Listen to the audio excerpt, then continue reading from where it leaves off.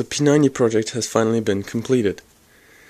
On this video I'll go over the details, I'll show some FPS tests and hopefully some accuracy tests, and if anyone is interested in buying it, I only sell it to 18 plus Belgian people. So yeah, gun wise, it's not gonna come with the sight or the flashlight, but it will come with the flash suppressor, which is a quick detach. If it would want to, yeah, there it is. Quick detach, Gemtag, Bose, says SP90 5.7mm on the flash suppressor that looks like the original, just has two tabs on the side, which allows you to quickly slide over, twist half a turn so the licensing's in the correct place, and it's foam filled, so it does muffle the shot a bit. As you saw, the inner barrel does not come all the way up to here. It is a original length inner barrel, but it's damn near accurate. The custom paintwork, obviously done it myself, looks amazing. It's got some nice stuff on there. Gun will come with not only the original magazine, which has fake bullets in it, fake casings in it, holds up to 70 rounds. They would also come with 3 of these little babies, which are high cap 300 rounds. I know you're gonna have a lot of storage capacity, and these are good because you wind them up. You can even use a Allen wrench to wind them up. You wind them up and you can normally shoot about 90% of the entire mag without having to rewind it. So having 3 extra mags that hold 300 rounds, that's a lot of BBs ready. Also, because they've got this BB follower here which pushes the BBs into the feeding system, they don't rattle that much when they're full and you're running around with them on the skirm on the field. Next to that, I will also throw in 2 of these pouches. These are hard case backed mil-specs pouches, especially for P90 design magazines. They go in both ways, so that's a good thing. Come with velcros and push buttons on the top. There's a strap here, so you could put that around your leg. This is velcro, and then you have a hole on the top and the bottom, so you can use cords or anything to tie them to your rig or to your setup. Okay, internals of the gun. Let me just quickly take off the side for show only. Internals of the gun. Give me a quick second. There we go, that's the front receiver. We have a Pro-In hop-up chamber, which is seamless, so no welds. It's 1 block aluminum, no pressure loss in this one. We have a mouthful Black Python version 2 tie bore. If you can make that out on camera, no. It's a black barrel, it's a tie bore. I believe it's an 03, but it doesn't really matter because it is really darn accurate. Also have a Prometheus air hop seal chamber, whatever you want to call that, bucking in there. As I said, the suppressor with the flash hider. Then the internals of the gearbox. Well, I've got a special little clip on that one.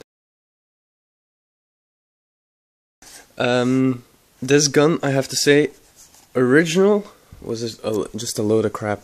Bought it for 110 euros, and it came with a battery and a charger. So getting a gun with 1 mag, battery, a charger for that price, you know it's not gonna be any good. But I just modded the poop out of it, and now it is a rock solid internal gun.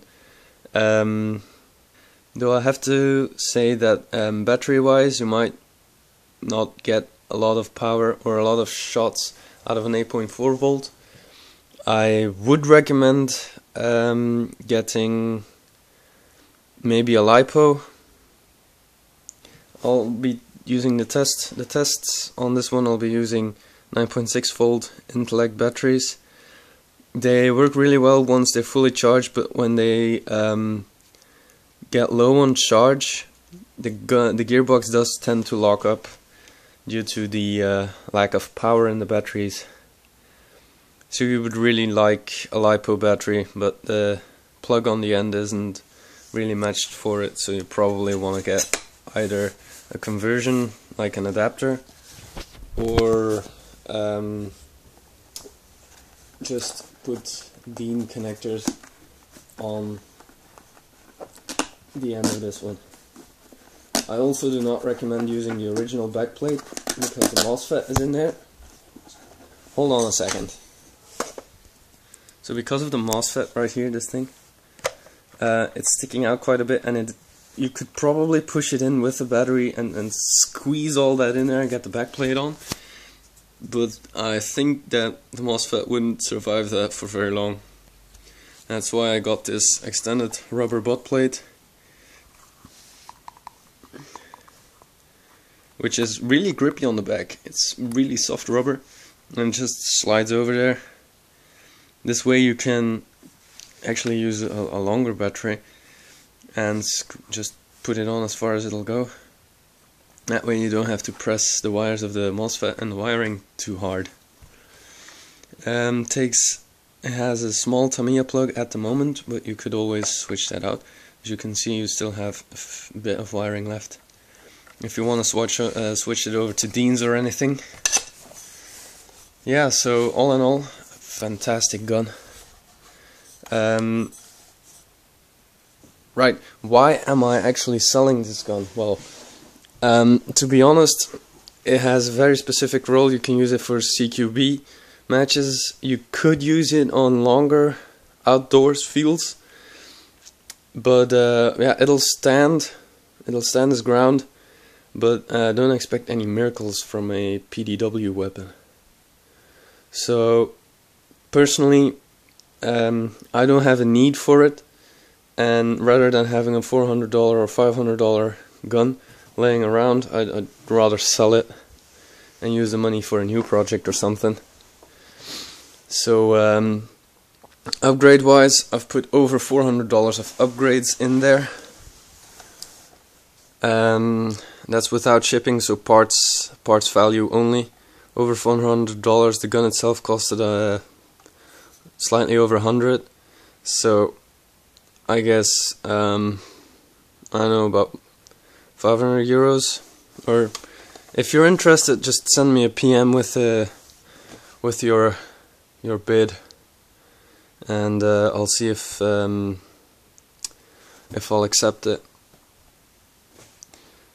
Remember, if you buy this, remember, you will have the first Red Feather custom airsoft gun. And that's a one-off. There isn't any other P90 like this. It's not the best, it's not the most accurate, but it is one of a kind. So, I'll be filming in negative so you can actually see the data on the chronograph. We got 0.2 gram BBs in there, 9.6 volt battery, as I showed you earlier. The gun is hot, so gotta be careful with it. Trigger control and all that. Right, let's see what this puppy can put out.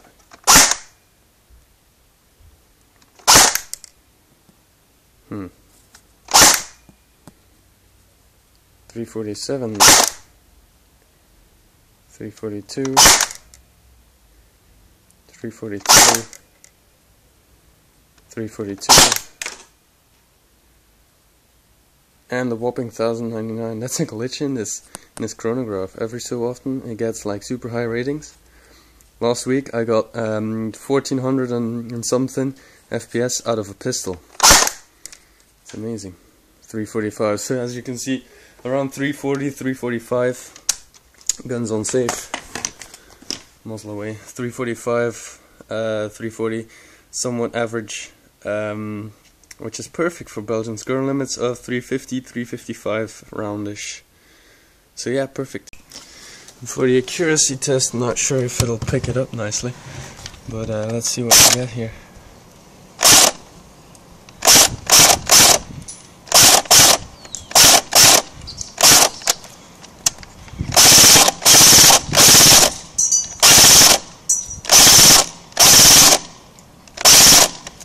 And we're empty. So accuracy test wasn't really what I expected from it, but you'll just have to take my word for it that it's, for such a small weapon and such a short barrel, it is pretty accurate. You can compare it to a standard Tokyo Marui AEG accuracy, but it has more range than that. Also on the FPS test, didn't know if you noticed, but I had the suppressor taken off to actually get the measurement right up at the muzzle, so that actually if you would measure at the end of the suppressor when it's mounted, you would get an even lower FPS rate, but right as it exits the barrel it'll have around 340 to 345 FPS. With the suppressor on it, that might drop to 335 maybe 330. Don't know how much these BBs slow down in those few inches. But yeah, all in all, great gun. Amazing with the flashlight on there, so you can get a grasp of what it looks like. Iron sights, yeah, it's a good. Oh, I'm shaking like hell, man. Iron sights. Let's see if we can get them up there. Yeah, that's a pretty nice shot of the iron sights. That's what you get. You do have a rail. You have a rail on the side, obvious, to mount lasers and flashlights.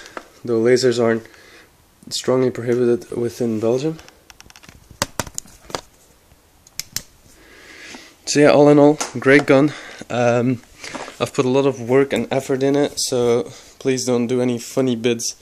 I'm not gonna let this baby go for under 400 euros, definitely not. And finally I'm going to try to replicate what the sound difference is like when you have the suppressor attached compared to non-attached. So the gun is absolutely safe right now, it's empty. This is a shot sound from the front without suppressor, and now with suppressor.